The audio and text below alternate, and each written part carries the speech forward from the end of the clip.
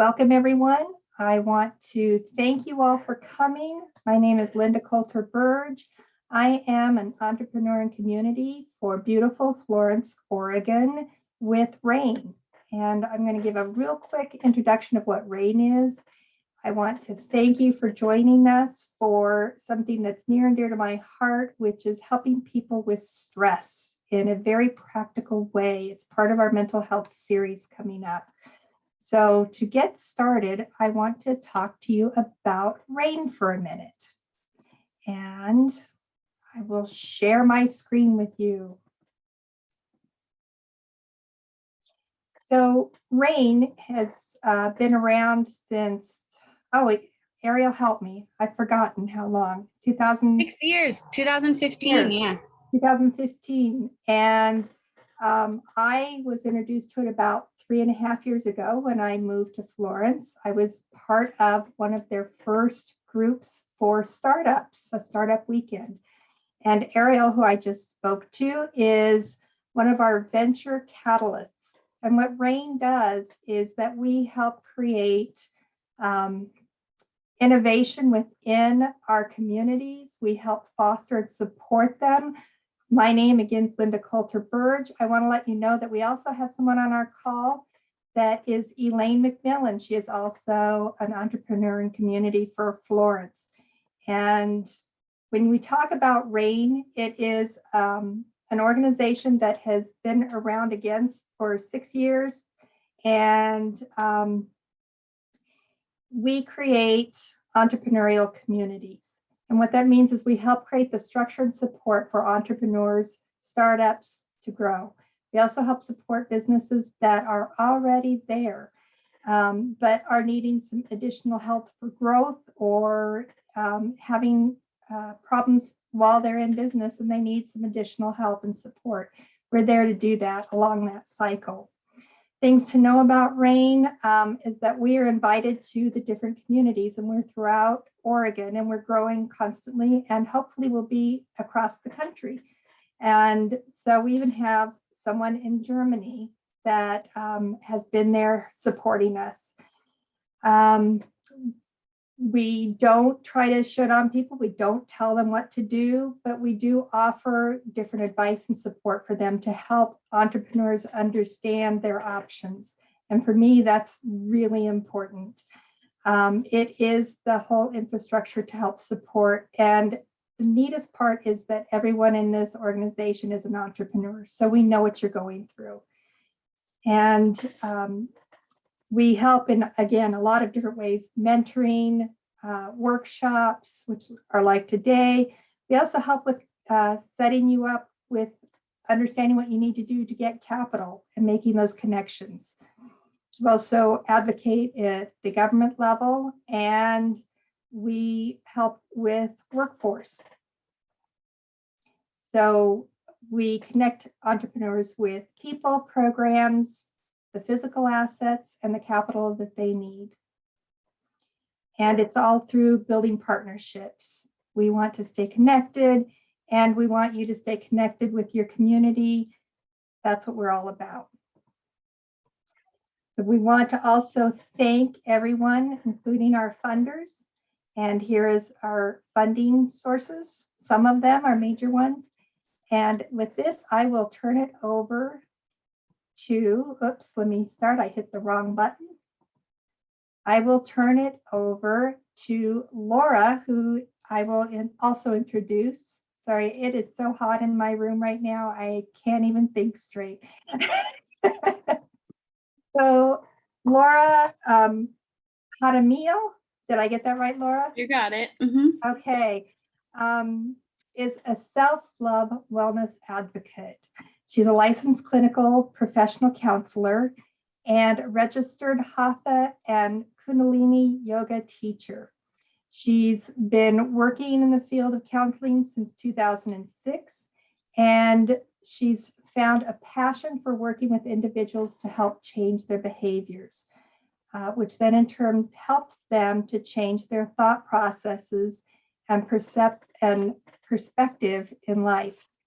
She specializes in areas of focus, or her specialties and areas of focus are eating disorders, anxiety, personality disorders, women in life, body image issues, self-injurious behavior, self-esteem, stress management, which is why we're here today, and difficulty adjusting to change, and social issues.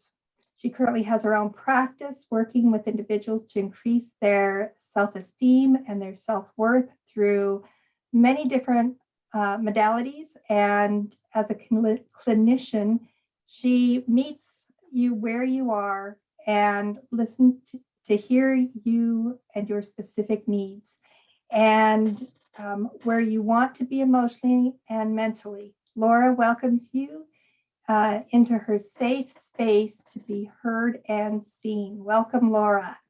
Thank you. Thank you. I'm so excited to be a part of this. It's a different realm than I'm used to being in terms of being with entrepreneurs. Yet we're all people, right? So I'm just happy to be supporting people in a different realm with stress management. And so thank you for having me. You said exactly everything you really need to know about me. I will say I'm a new mom. So this is like my getting back into work. So I'm excited. This is like my first thing I'm doing, getting back into work, and happy to be here. So I want to invite everyone to have a pen or pencil and a piece of paper, or even something that you can take, like personal notes. So I'm going to ask questions throughout the presentation. So if you want to jot things down later, we have an opportunity to share, but you don't have to. But I would encourage you to have something to write down because you might find something insightful. And obviously no pressure. Yes, this is a safe space. So can you, Linda, share your screen for the slides? Absolutely. And I want to let everyone know again, this is being recorded. And if there's anything you're uncomfortable sharing that may be on the recording, just let me know and I will remove it from the recording. We want this to be a safe space for you to be open and honest about what's going on. And I do believe that we'll have some availability outside of this as well if you have questions. Awesome. Thank you. So as she's doing that, I'm going to invite everyone to just take a deep breath in, whatever space you're in, and exhale. And another deep breath in, and exhale. And really just find yourself grounded into the space that you're in. Just letting yourself be, thanking yourself for this time that you're giving yourself to maybe learn some things you already know about self-care, maybe learn some new things, experience something new, just bringing yourself into an open space and open mind. And I am going to read you a daily reading, which is part of my self-care, and just invite you to listen. You can close your eyes, you can keep your eyes open, whatever you feel safe with. Today is June 29th, and the reading is Stay Clear. Sometimes we don't tell other people what we're feeling. Sometimes we don't tell ourselves. Often on this journey, provocative events happen. We may become resentful, angry, or frightened. Emotional energy builds up within. If we don't take the time to work it out, the emotion becomes a block. It blocks the channel in our heart. It blocks our channel to ourselves. It can block our connection to others and to divine. We may think we're being polite and appropriate by not saying what we feel. We may think that most thoughts and emotions are so minor, it would be a waste of time to even acknowledge and express each and every one of them.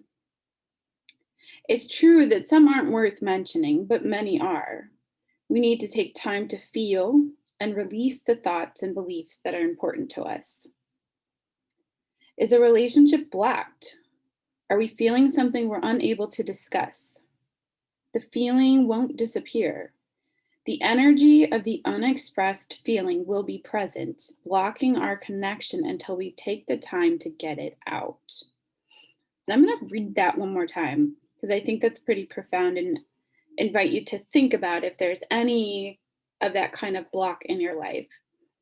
The energy of unexpressed feeling will be present, blocking our connection until we take the time to get it out. We may not tell the other person what we're feeling, but all of us are wiser than we think. And our bodies and emotions will be reacting to what's denied despite what we say. Many of us experiment with the technique of using affirmations to further our growth. The same principle applies. If we say we love ourselves, but we've got a chunk of self-reproach tucked down deep inside, we'll continue to act as if we dislike ourselves until we clear that energy out. So what are you feeling? No, what are you really feeling? Ask yourself as often as you need to, then take the time to feel, release the emotion, thought, or belief. You are connected to yourself. You're connected to the world around you. Now keep your connections clear. And then I invite you to take another deep breath. And exhale. And just take a moment to think about anything that resonated with you.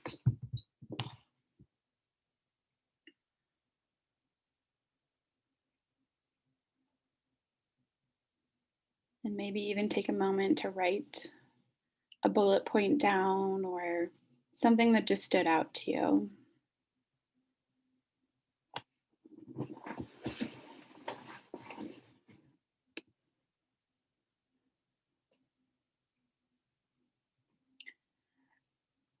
I feel that practicing self-care, no matter what it looks like, how it looks like, when you do it, is very important to our well-being, to our work, to the people around us.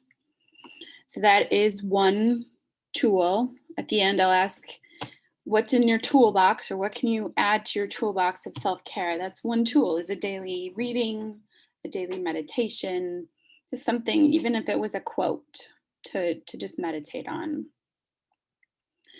So self-care, if you want to switch, is an activity done to help maintain physical, mental, and/or emotional health.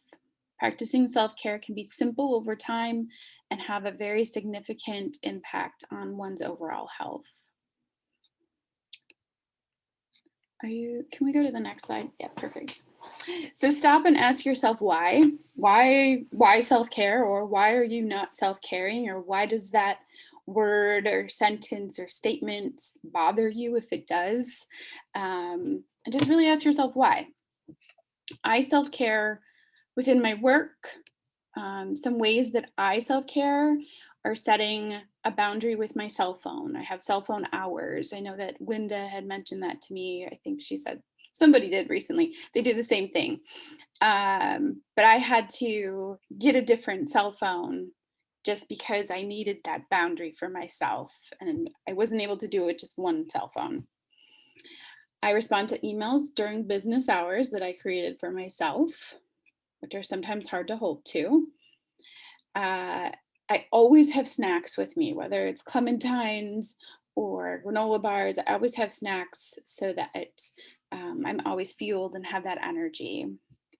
And I just know, like, I love my fast food and I know it's always available, but fast food can make me really tired. So I know that's not the best option. Other ways that I self-care and things that maybe you do already as well. I drink lots of water. I check in with my body.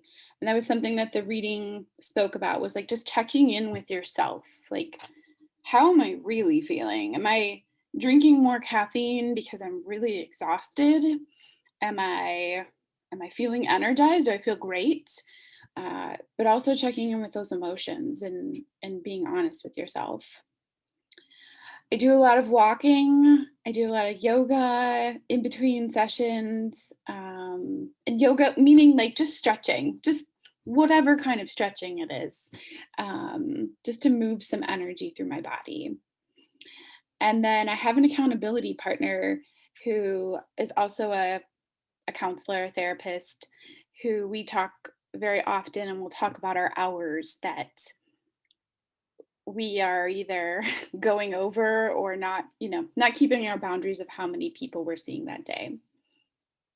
So just a few ways that I self-care and for you to think about. So next slide is everyday reasons for self-care. I think one really important reason, if you have staff or you have people that are looking up to you, or you have kids or family members that really respect you, I think it's a great idea to remember that you are a role model to somebody, if not many people. So practicing good behavior, good habits, positive habits, keeping boundaries. We'll talk a lot more about boundaries. But taking time off from work, that's a really important thing. I think it took me a long time to realize I can't just go, go, go, go, go, even though I have all this energy. Like actually resting is refueling, and that's going to give a lot more to my clients and to my work. Saying no and yes, really learning when to say no and when to say yes. Turning off electronics before bed or plugging them into charge in a different room or across the room is something that I have found helpful. And then eating healthy and often are just everyday reasons to self-care. And then just remember, those people around you are watching you. So let's talk a little bit about stress. When is stress beneficial? Maybe when there's a tiger coming after you, or a wolf chasing you, or some kind of animal. I don't know how often that happens to us, probably not often at all. But when there's real danger, then that fight or flight that we'll talk about is really necessary. But often we're finding that fight or flight and freeze gets triggered with just everyday stress. So that really old part in our brain, our amygdala and hypothalamus, the amygdala thinks that the stress that we are feeling and thinking is a tiger or something attacking us. So it goes into overload when it's really not. Stress or that fight or flight is important when we need, someone's breaking into our house or our business or our car, or when we're really at risk, or we're in survival. If, we're in a natural disaster, which either we're seeing more of that happen, if we're in a fire, like there's real reasons that stress is really necessary. Or maybe we're just feeling trapped. Maybe that stress comes because we don't know how to get out of a relationship or out of even just a conversation that can cause stress if you don't know how to get out of something that you don't want to be a part of. So stress is beneficial in very extreme cases, and it also can motivate us on a not so extreme case.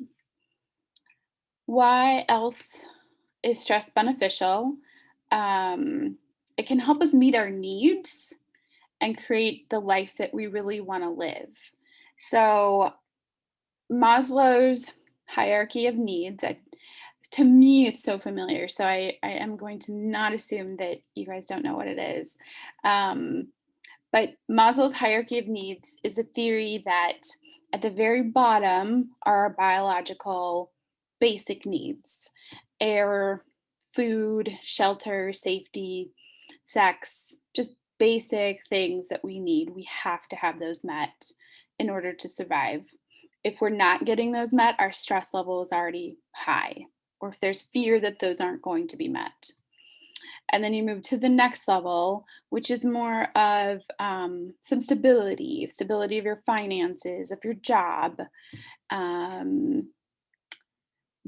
friendships, almost like stability of relationships are there.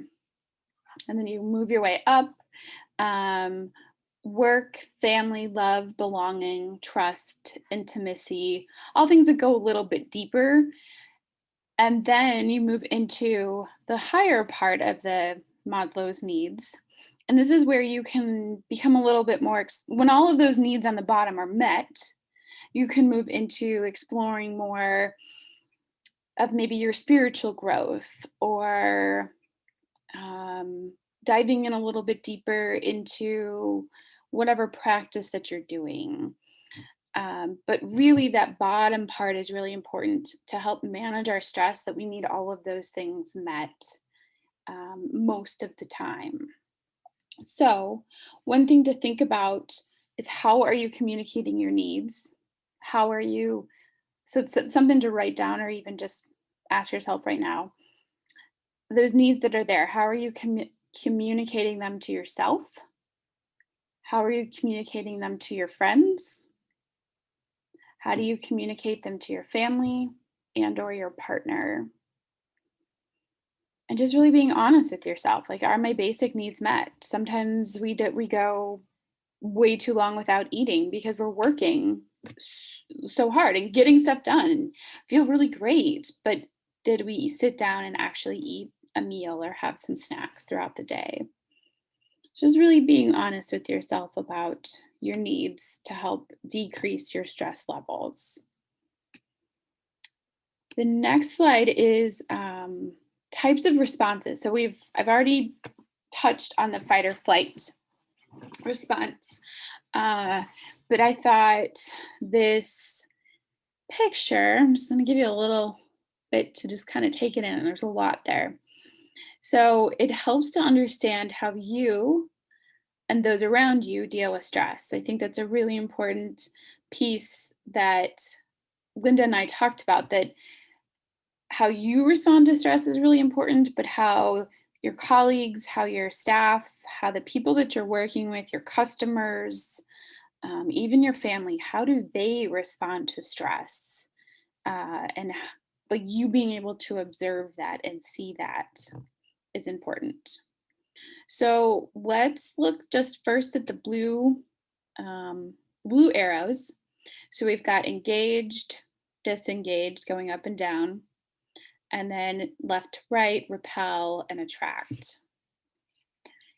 So we start with the fight. Everybody kind of knows what fight is. The emotions might look like anger, physically flushed. Sorry, my picture is a little small here. Okay. Just activated. Like, maybe it's clenching of fists. If you notice yourself, like, something triggers you, whatever that situation is. It might be at work, it might be something that happened at home, but you're gonna want to assess, okay, what response am I in right now? Is it fight? And action might be to argue, to attack, whether that's sending a nasty email, or even just to move. Like, I gotta storm out of the room, or it might even just be like, you might get so angry that you throw something in your office or off your desk. So there's fight, that's a response. Then there's flight. And what that might look like is anxiety, agitation, restlessness, fidgeting, overthinking. For me, that would be like, okay, how am I going to figure this out? So like, the flight is almost in my head more than a physical movement, but it can be to leave. Also could be to avoid a conversation. Just kind of, no, I'm not going to even respond to that email or that text. I'm just going to avoid it. Sabotage or deny that something happened. Those are ways that we might show flight response, or someone else. So just right there, I want you to take a moment to think about, do I react to stress or stressful situation with fight or flight? And in what type of situations are you responding in? Like, where do you see those things show up? And then take a minute to think about people in your life and how they might be fighting or flighting.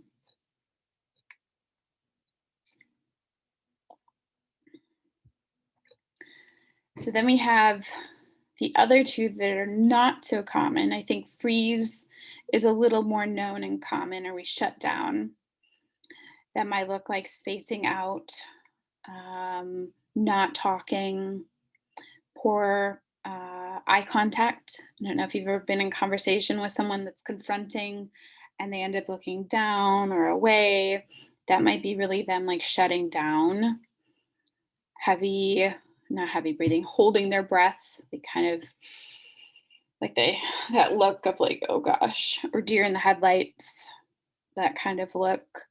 Rigid body posture. And verbally, they might try to justify what happened instead of taking responsibility or really hearing what you have to say. They are rationalizing or maybe even complying, like, okay, yeah, that's fine, okay. Um, so something to think about, like in how people around you, if they're responding that way. And then the last one is to face. And this one is new.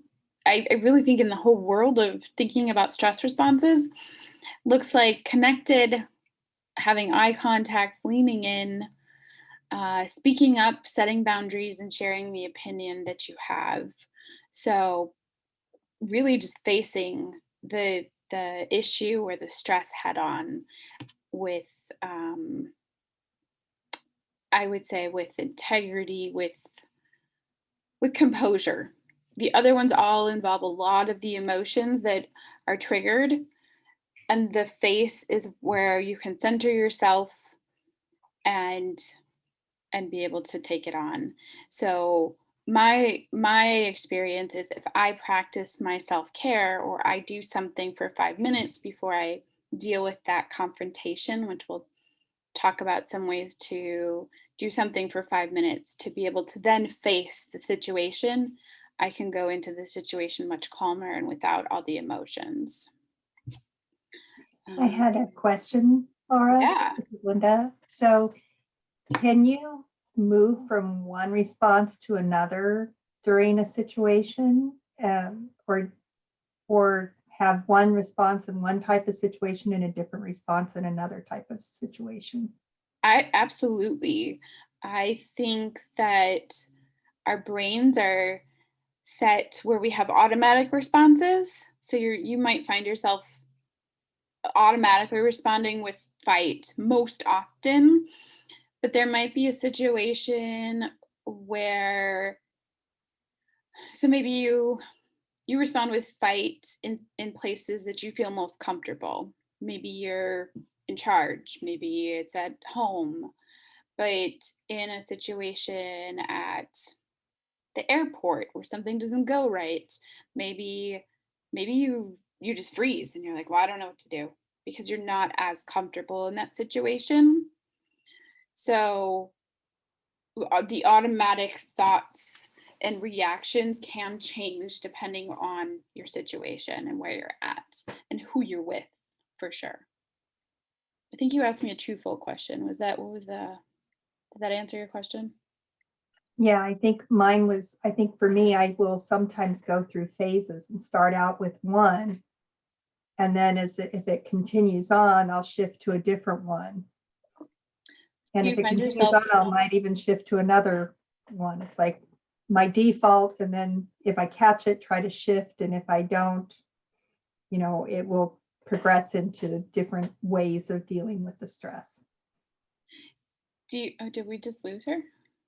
I think so. Okay. Does anybody else want to share an experience of how they've dealt with stress with one of these or seen it firsthand? I think my reaction changes by who I might be with. You mentioned that, but like if it's a direct, I don't know, confrontation or conflict, it change, and I think some of that's just based on habit or instinct. I don't know. Absolutely. Absolutely. And I think it takes it like the instinct is there, right? That's just human nature. Our brains just react that way. But the more times that, let's say, you notice it happening, the awareness is where we can start to shift our reactions. But it takes a lot of time and practice. And I like what Linda said at the beginning, no shoulding on ourselves. So if you react with fight or flight or whichever one, and you feel like I shouldn't have done that, I always like to replace should with the word could. I could have done that, or I could not have done that. So it takes away that shame and blame of should.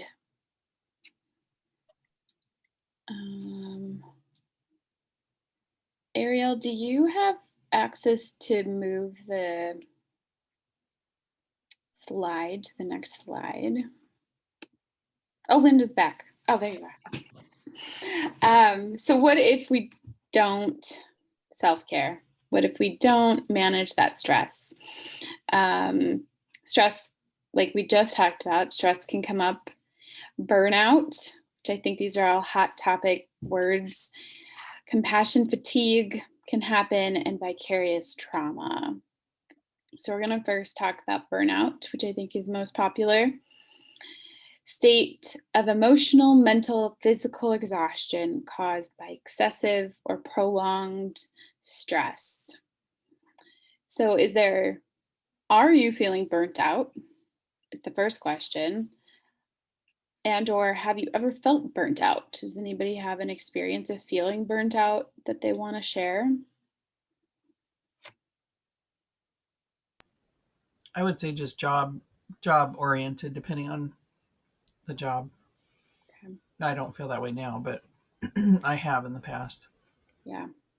And it almost kind of sneaks up on you, right? Like with my burnout, it just all of a sudden was like, holy moly, I'm not in a good place. So it can really sneak up on you.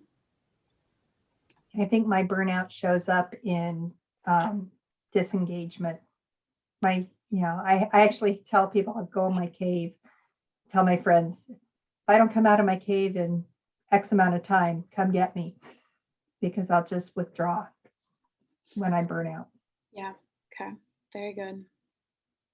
That's a great point, Linda, because some people will withdraw with burnout. Some people will keep going even harder. And maybe when we're going to talk about that, talk about other ways that it shows up in the next slide. So there's 3. Oh, I probably moved ahead too quickly. Burnout, the next one is that the emotional, mental, and physical exhaustion. And then the next slide, we talk about the 3 stages of burnout. So the first one is stress arousal, which is physiological and psychological. A lot of things will show up like anxiety, irritability, sometimes even the grinding of the teeth, the physiological, poor concentration, or headaches. And I think a lot of these are just kind of normal everyday things that we just say, oh, I'm just dealing with that. I have a headache, or you take some medication. And as a therapist, and I encourage people to really take a minute to think, why is this my norm? Like if you're normally getting headaches or you're normally dealing with anxiety, that's not something that's really normal for our bodies. It's a response to stress. It's a response to something and possibly burnout. Energy conservation. So our body then it's got the stress arousal, everything's going. Maybe cortisol is being activated more often. So then our body goes into energy conservation. And these are attempts to compensate for stress that we're dealing with. So we might find ourselves being late more often, procrastination, asking for excessive time off, or maybe the people that are working for you are asking for these things. Some sexual dysfunction, fatigue, and increased substance use, whatever that is, Substance could be cigarettes or caffeine or food. Not just thinking substances as in alcohol or drugs. And then the third stage is exhaustion. So we're on the third stage of burnout. And this can lead to increased risk of unethical behavior. I think when I say that, I'm thinking a lot in terms of taking actions that maybe you would not normally feel comfortable doing. Whether that's like cutting edges or cutting corners, or it'll be okay, like it's no big deal, or no one's gonna find out.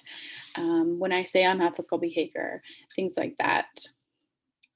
Some ways that you will see chronic sadness, sometimes suicidal ideations, chronic GI problems, which are your gastrointestinal issues, so IBS,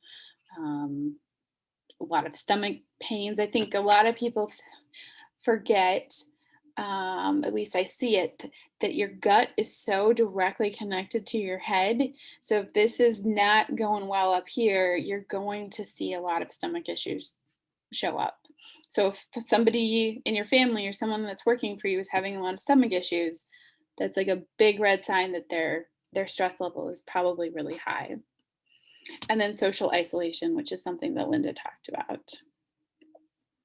Remember that burnout is a process that occurs kind of in a sequence, and it happens through stages. And it really, in some ways, can give you an opportunity to be like, okay, whoa, what's going on? Like, so I would invite you to create like like yellow flags, red flags, my green flags. If I'm here, I'm okay, but my yellow flags are, in stage 2 or stage 1, I'm noticing my yellow flags, I've got more irritability. And then if I'm in stage 3, I've had 1 or 2 suicidal thoughts. And I think suicidal thoughts can be something that's not talked about, but those thoughts of, I really wish I didn't have to get up today. I really wish I was not here. I wish I didn't have to do any of this. So suicidal thoughts can be not as extreme as we sometimes think they are. Anybody want to share any signs of burnout that they've gone through, or ways that you've worked through burnout, one of these, and no pressure to share. Okay. I just think I need to start catching myself before I hit stage 3. Right. So just like setting up like some things. Yeah, and that's what I think. I think I have caught myself maybe before getting to that. But I remember in college, which was years ago, I got ulcers. So, now I can kind of tell when, and I very rarely get even close to that now, but I just think that shows growth, and maturity. But so yeah, I have not recently gotten to stage 3. Yeah. Which is good. Yeah. I think after watching some of this and listening to this, I think I'm in constant burnout mode. It's just been so much the last 18 months with the restaurant and the spa and just my own personal business. I tend to try to get as much done as I can, and then I go into hide mode. I literally go hide. I totally hear like when, like in the morning, I don't want to get out of bed. I don't want to do all this today. Why did I commit to all of this? I should not do this. This is bad. Like I have these talks with myself almost 3 times a week. And then, the burnout mode in that case is major. I just get to the point where I turn off my phone and I hide. I don't want to talk to anybody. I mean, I'm to the point where I don't even want to talk to my family because I'm just burnt out. It's just that I literally see that cycle happening for me all the time. Thank you for sharing that. Yeah. It's constant. And I'm so happy that you're here. So happy that Sorry, I got a lot on my plate, as you can tell, so I'm kind of multitasking a little bit, but I've been watching the presentation and listening, and I definitely see these patterns. I agree with all these patterns, and this is like legit. It's legit. All of this is legit. yeah. And I was just going to say, thinking about this with employees, how you can see their stages going through this as well and being aware of it, because it has been a really stressful period.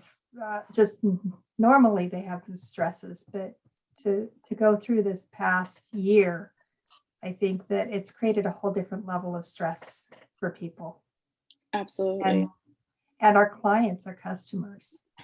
You know, people come in completely stressed out and respond with anger or, you know, it just seems like I hear so many more instances where people are having to deal with that. Yeah, lots of angry people. People are very angry after this last 18 months. I find myself angry sometimes too. I get frustrated really easily. I can't juggle as many things as I can patiently like I used to be able to. I do feel like the fight and flight mode has been definitely activated in everybody who's been through this pandemic.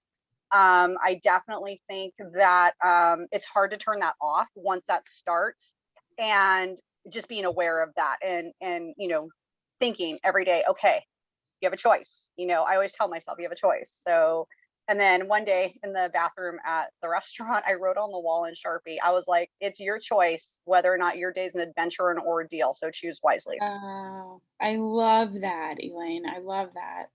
And I always write stuff on the bathroom wall in Sharpie in there, and they always laugh. They're like, oh, nice quote for the day. I'm all, that's a quote for life. And I think that's something you could do wherever you're at, whether it's like a sticky note or something you text it to yourself or you text it to a friend. I love that idea. Yeah, I say I can be bitter or I can be better. And Yep, that I one am the too. only one that can make a difference. Yep. That's right. So sources of burnout, we've kind of already talked about that, a lot of them, but boundary issues, role boundaries, these are just boundary examples. Time boundaries with yourself. I think that's I guess I ask you to think about what's the one you struggle the most with boundaries, but mine is time boundaries. Place and space boundaries. Like you say you're going to be in one place. Are you able to be there? Are you telling yourself that you can be in two places at once and you can't? Money boundaries, language boundaries, and physical boundaries. Just I'm a big advocate for boundaries and thinking about where can you set, and boundaries can still be flexible. They're not set in stone, but for you to establish some boundaries in maybe just one area, what would be one area that would be helpful for you to set boundaries? And I'm also thinking employees, of helping them understand it's okay for them to set some boundaries and have that conversation of what's healthy for them. Yes, absolutely. And I think listening to people's boundaries, because a lot of times I think it's easy to say, well, we're busy, we need people, or whatever the situation might be. But if someone speaks their boundaries, it's very good to listen to them and act on that. Yeah. Yeah, and I was going to mention that I would say that I think a lot of what's happened in, the last 18 months or whatever it's been, and us sort of getting out of it, sort of kind of, but, not really, in many ways, has, I think some of us at least expected some big relief and like, we're done. And I think it's just caused other concerns and issues and struggles, which probably won't go away for a while. And we're all, we've kind of all been reconditioned, I think, to maybe be not pessimistic, but maybe realistic. Yeah. And I think the client, like just the temperature change and all the crazy heat wave and all that is also, that it's just, I think the heat stresses people out for sure, but I think it's also just another sign that shit's happening in our world that we Yeah. can't control. Absolutely. And I think that's the biggest thing with the pandemic too, and just seeing the trauma. I mean, you can see the trauma in people. You can see it in their eyes. You can see it in the way they speak. And all of us have been through a different degree. You know, like I feel like I've skated by with bare minimums in the last 18 months, just trying to keep everything afloat and stay sane. And some people have gone through some major stuff. I have a staff member whose baby daddy committed suicide. Her daughters have no dad now. She's dealing with that. She's a single mom trying to raise her daughters. Just things like that, you know, like some real heavy stuff. And then watching them come to work and struggle because they are just at a loss. Like they, you know what I mean? Like they're trying to just go back to living their lives. And I think that's something I'm guilty of too. Like I don't like to address things. Like I'm just sweep it under the rug and I just keep moving forward. And I think that starts to catch up with you after a while. I'm starting to feel the snowball effect from the last 18 months of just shoving stuff under the rug. Absolutely. And I think there's a really interesting symbolism for boundaries that's happening right now too, just in the form of masks. When you think about masks and people that don't believe in it and people that do believe in it, and now it's optional, and and how people are treating each other. I've had incredible, like mind-boggling experiences with people when I walk in with a mask because my husband has really compromised immune system. So I still wear a mask when I go in places, and I've had people get inches from me and glare at me because I'm wearing a mask. Wow. And so, and I think it happens both directions. So it's really strange that that's like a physical manifestation of these boundaries Yeah. in our face. Right there. And Yeah, boundaries are hard because people don't want to respect your boundaries. You know, it's like I'm to the point where I just say no and I'm not going to explain myself. And I know that sounds terrible, but you know what? I don't owe you an explanation. I just don't. So I just, try to be really nice about, wow, oh my gosh, thank you so much for thinking of me. I'll have to decline it this time, but gosh, thanks for asking. I've been Right. trying to come up with positive ways of saying no without being like, no, and it's hard to make those boundaries. And when you make those boundaries, people don't like them. And it's really hard to deal with that sometimes. It's like, I'm not going to check my messages past 9:30 at night. If you message me at 9:30 at night, I'm probably not going to check it. Like I try to at least give myself some free time in the evening because I'm at everyone's beck and call all day long. Wow. Yeah, boundaries sound really important for you, but then also managing how people react to those boundaries. Like they don't like them. They don't. No, they don't. And I just have to become brutally honest. I'm like, look, I'm doing a lot right now. I'm really sorry. I can't do anymore. I'm tapped out. Like I'm emotionally, physically, and spiritually tapped out. There's nothing else I can do for anybody at this point. I need to do some stuff for me. And I just sometimes just have to be really blunt with people. And I hate to say that too, because it makes you sound selfish. But if I'm not good, I can't help the people around me who rely on me to do all the things that I have to do for everybody. It's always about everybody else. And sometimes it should be a little bit about me. It should be a lot about you. 100%. Okay, thank you. I need to hear that. Thank you. You have permission. Yes, you have permission to make it about you and other people's. I like to say other people's emotions are their responsibility. So you're not responsible for how they're reacting. Although we in society we're kind of taught that we are, but Right. we're not responsible for how they react to your boundary. But yeah, you deserve more. Great conversation, guys. I like this. So the next slide we've already addressed, we can jump over that one. Book recommendations. I found this on fortune.com. These are books that can help you feel not so alone. The one that I have read out of these is, am I allowed to say it? I won't say the cuss word. The yellow one, Unf Your Brain. It's a great read. Like it's an easy read and there's a lot of great stuff in there. But these other books I am going to check out. But I think these are all great book recommendations that you can listen to. I do a lot of audiobooks because Laura, we are what so do you busy. like? What do you like about that book? What was it like? It was fun to read. It was easy to read, fun to read, and like you could just open it up and take one thing away for the day. So it wasn't like had to read chapters. And for somebody that's busy. that first one really intrigues me because millennials get such a bum rap, and that, to acknowledge that they're dealing with burnout as well. Yeah. I'll be interested in reading that one. Yeah.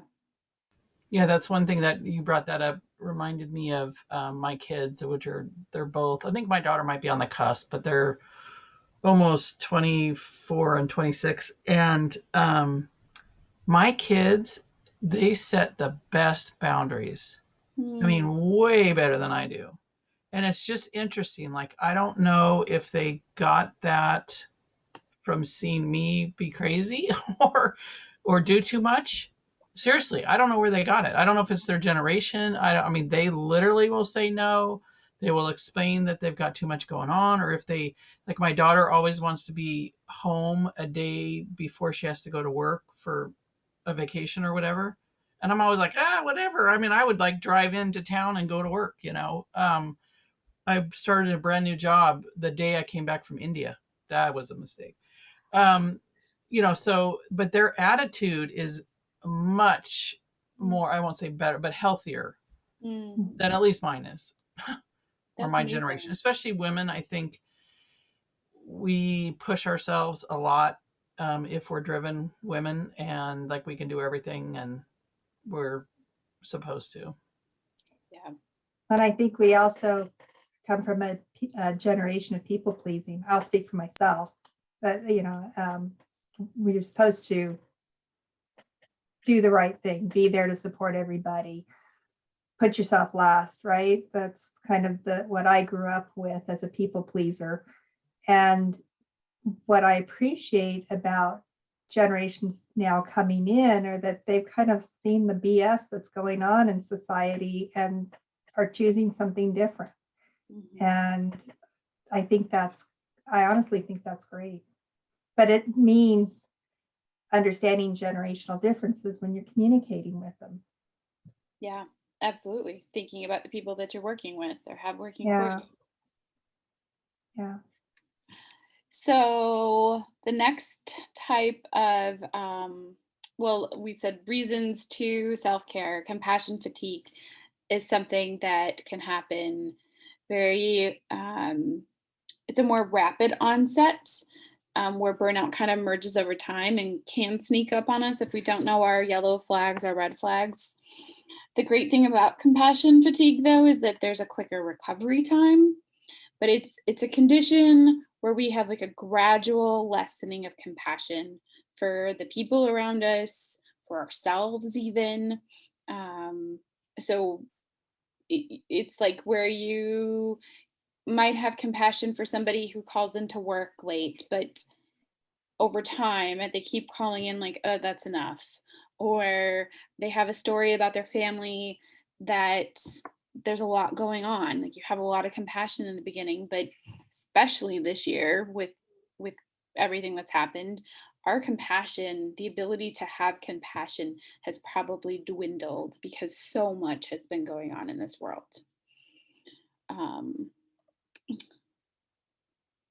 So who do you guys think this is? Can you tell by this picture? Any guesses? Oh, sorry, you weren't on there yet. Now we're there. The Mother Teresa? Yeah. So I found this off of the American Institute of Stress. She wrote in her plan to her supervisors that it was mandatory for her staff, for her nuns, to take an extra year off from their duties every 4 to 5 years. Ooh, I have a spelling error. To allow them to heal from the effects of their caregiving work. And I just thought it was profound. A woman who gave her life to take care, to have compassion, to have empathy, and taught other people how to do that. She said it was mandatory that they take time off, a whole year, to heal from everything that they absorbed. So when we're listening, like Elaine mentioned, somebody who's going through a lot, when we're listening to that, we're taking that in and we're giving something. And if we're not refilling our cup of compassion from getting compassion from other people or receiving from other people, it's gonna empty out really quickly and we won't be able to have that compassion. Signs and symptoms of compassion fatigue, feeling depleted, numb, maybe just numb when you hear a story like, oh, the fatigue can like be so deep that you don't feel rested. It's not alleviated by rest. Little to no energy or not wanting to talk or relate to other people. I know for me, I've been through compassion fatigue. I like don't want to hear anyone else's stories. Like I don't have space for it because I've taken on too much at work. Irritability, anger, just ways that you're feeling overwhelmed.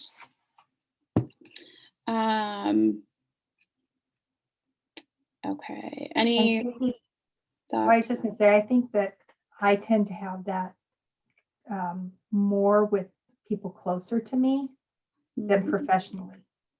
Hmm. Because I am paid to listen to people. I'm Yes. not paid to listen to my family. Yes. And Yes. it's sad that that's the people you care about the most for me, that I'm not giving them that And one connection. way for me with friends that because a lot of I just attract people that need someone to listen to them. So with my friends and family, I've said, I can listen to you, but I need to know that you can hold space and listen to me when I need you.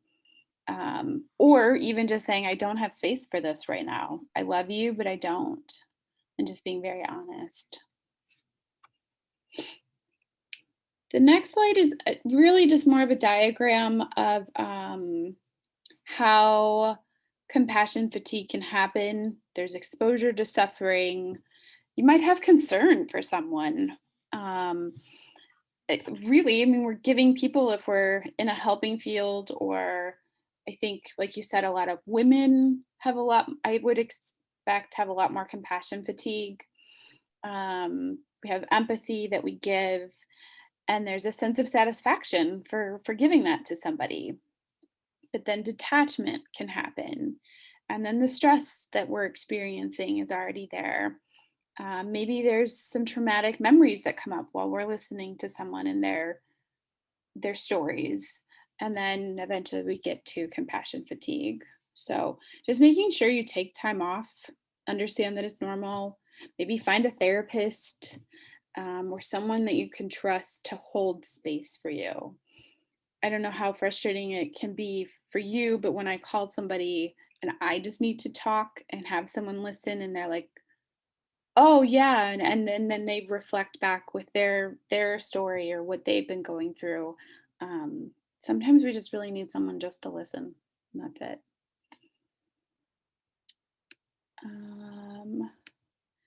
And then the next reason that we need self-care is the vicarious trauma that we can, especially this year, I would say, but emotional residue of exposure that counselors or anyone that is in the helping field or working with people receive from listening to others' traumatic stories.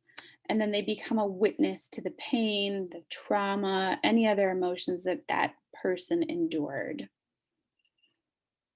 And is that also something that, because of like the pandemic over this past year, that's like a collective trauma that we're also dealing with, but it's just a constant? Absolutely. Yeah. I would say, because we're seeing it on the news, there's the constant trauma of people dying from COVID, from everything that's been going on. There's constant trauma that we're taking in, whether it's from listening to someone or listening to it on the TV or the radio. It's a really good point.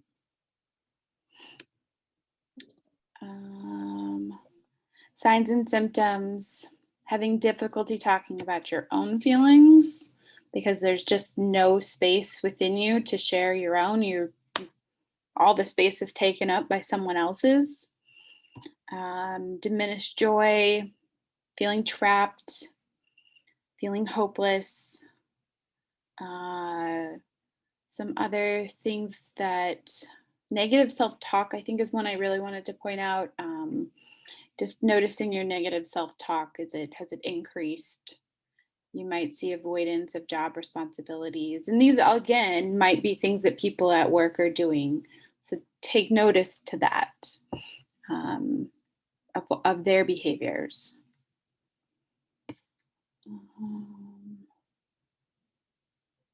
Yeah, we can move to the next one.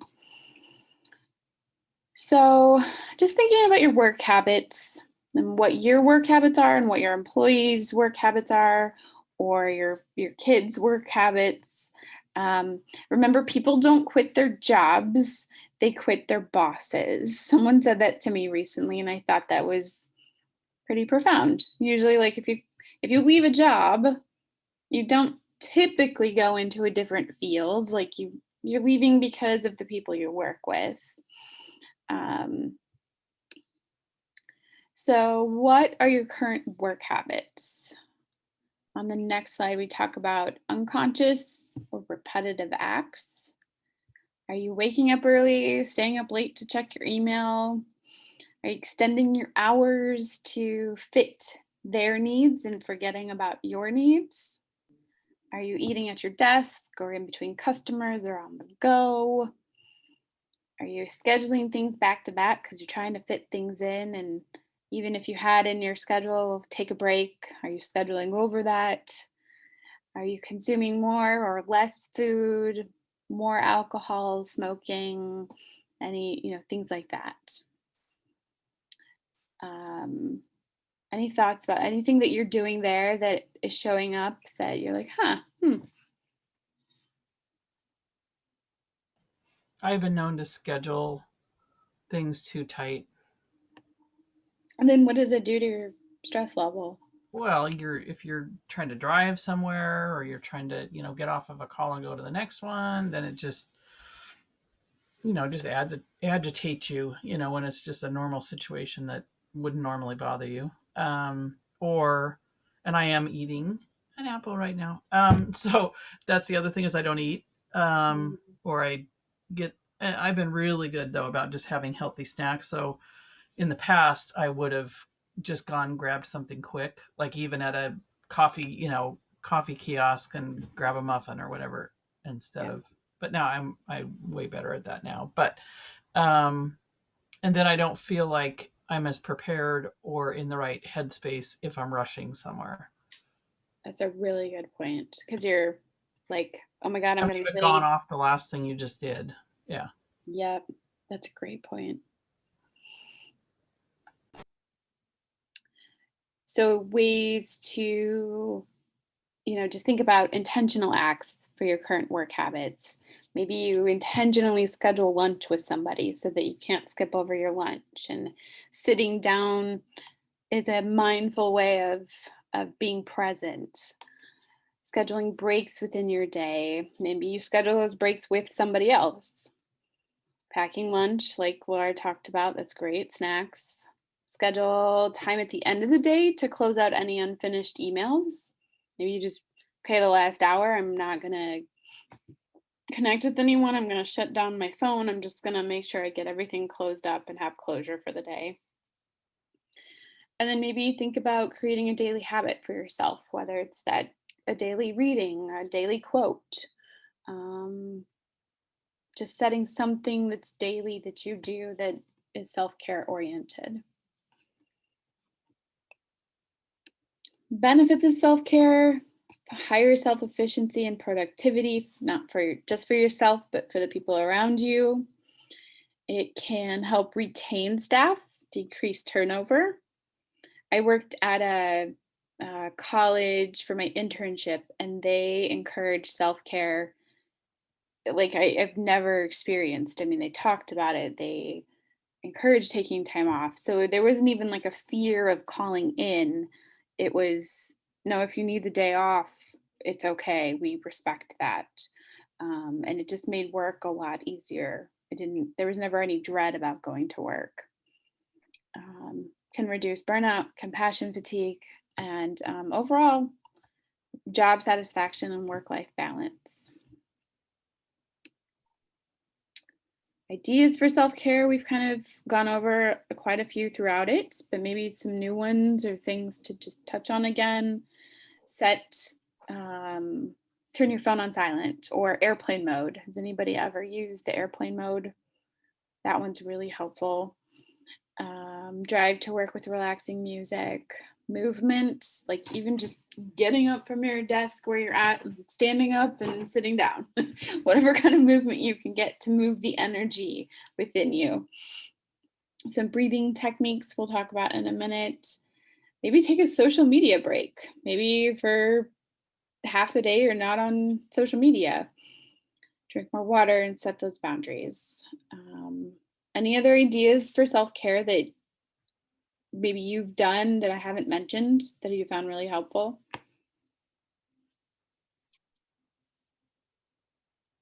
I know I do a lot better when I start out the day by going and exercising, go walk on the beach, do something. I definitely am able to handle the stress of the day long much better. Awesome.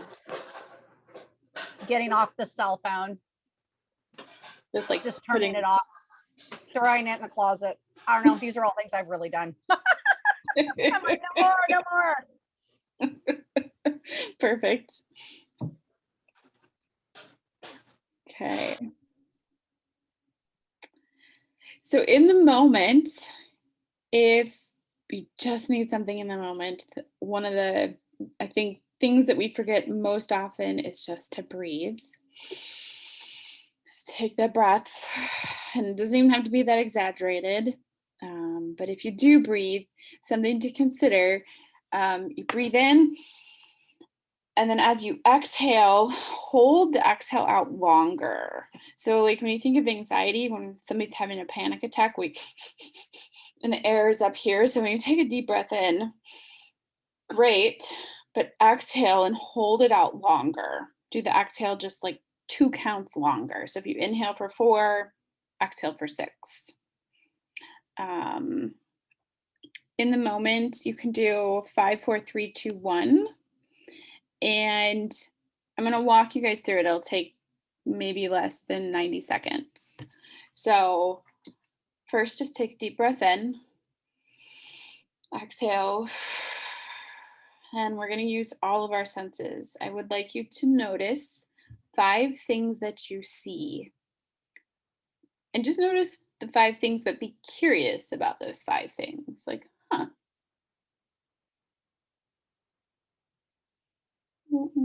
just look at them and then take a deep breath. And then 4 things that you can feel, whether that's the chair you're sitting on, your heartbeat, your arms on your legs. 4 things that you feel.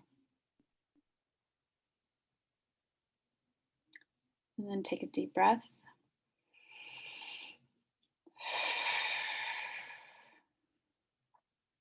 And then 3 things that you can hear.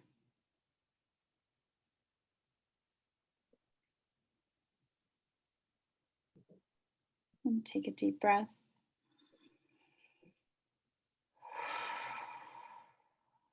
And 2 things that you can taste. Sorry, smell. 2 things that you can smell. And if you can't smell anything, think of your favorite smell. And then 1 thing that you can taste. Can't taste anything, think of your favorite taste. And then a deep breath. And exhale. It's a very simple grounding exercise that you can do in the moment. You do not have to remember all of those things or do them in order or even do all of them. If you can simply just remember 5 things that I can see, that will help ground you, bring you back into your body, back into the present moment. If you're stressed and you're worried and you're going on and on in your head. And then conscious breathing, just being very aware of your breathing and your breath. Or breathing in for 4, holding that breath for 4, exhaling for 4, and then resting for 4, otherwise known as 4 square breathing. And stretching, we've talked about, and then visualizing. Maybe you take a moment, or if somebody's irate or yelling at you, maybe you just visualize in your mind's eye your favorite place, or the beach, or the walk that you took that morning. I mean, you're still listening, but you can visualize something different to just bring down your blood pressure, bring down that anxiety or stress while someone's kind of coming at you. Those are just a few things that you can do. Resources for you. I just wrote down, you can go on YouTube and put on, you can type in 432 hertz healing frequency, or just healing frequency, and put that on in the background while you're working. You can also listen to some positive affirmations in the background. You can, my favorite meditations to listen to are by the Honest Guys. Google some grounding techniques or self-care ideas, or find a support group or support person, whether that's on Psychology Today, goodtherapy.com. Just find somebody that can be your go-to person. And then there's an app called Insight Timer that I think is amazing. I use it for myself for all different types of meditations, affirmations. The book Trauma Stewardship is a great book. Again, when you have time to read, maybe it's Audible, but it's all about burnout, vicarious trauma, and how to manage that as somebody who is a giver. And then what does your toolkit look like as you're walking away from this conversation, this workshop? What does your toolkit look like? And what more can be added to it? What have you added to it? I guess one question that I have for you is, how will you follow through on one of these things, on one of these self-care tools?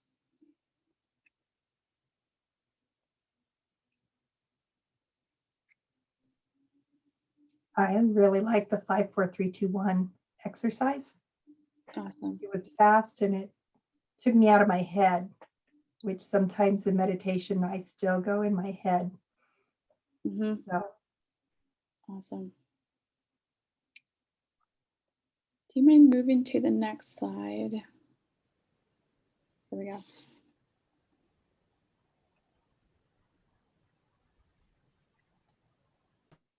Anything you want to share, Laura?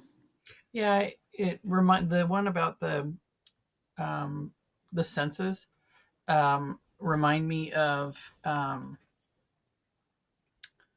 Eckhart Tolle. About, have you ever read his book? What's it called?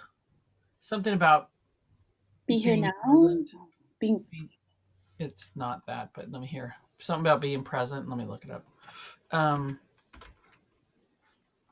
But yeah, that book really talks about the power of now. Power of Now. I knew it had now. Yeah, great book.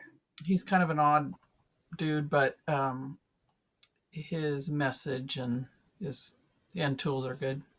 Yeah. And just being present, finding ways to be present and bring yourself back to the present.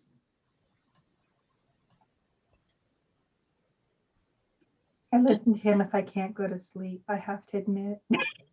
You do what? I listen to him if I can't go to sleep because he's got that soft voice. So I'll put on his audiobook and I'm out. I haven't made it through it yet. He speaks very slowly. Yes, it's like Pavlov's dog now. I turn it on and I'm asleep. So if you want extra resources, you can contact me for a full list of resources, or any other things that we talked about. You can definitely contact me. I have some resources on the next slide. And then The last slide, just ways to contact me. Any questions, any lasting thoughts, anything you're walking away with?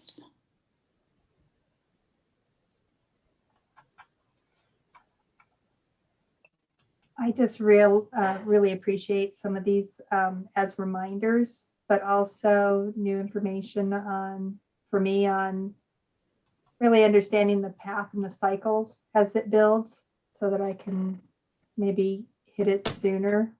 And also just really keeping in mind as I'm dealing with other people, the different ways people respond to stress. And I'm thinking of all the people who are in dealing with the public and understanding the stress that they're under. It really does give me more empathy, but also allows me to have those boundaries and be okay with those boundaries. Yeah, I think we forget that people, everyone reacts differently, and everybody thinks differently. I forget that you think the same way I do, and you're going to do the same things I do, and that's so not true. And having that empathy and understanding that people react to stress differently than we do, or what we might expect someone to react to stress differently. So having that open-mindedness, I think, is really helpful.